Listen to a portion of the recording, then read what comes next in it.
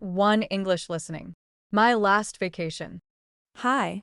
My name is Tiffany. I want to tell you about my vacation. Last month, I took a vacation with my wife, Vana. We went to Cartagena, Colombia. We walked around the historic downtown.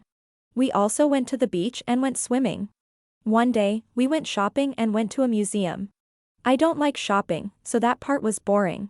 The museum was really interesting. We went out for dinner most nights. One night, we went out to a bar. We had some drinks and danced. Cartagena was beautiful, but it was a little expensive. We also took a 3-day trip to Santa Marta. In Santa Marta, we went hiking and swimming in Tirona Park. The hike was a little tiring, but it was fun.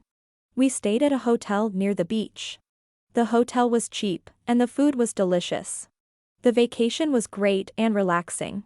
Now I'm back at work and ready to help my patients again.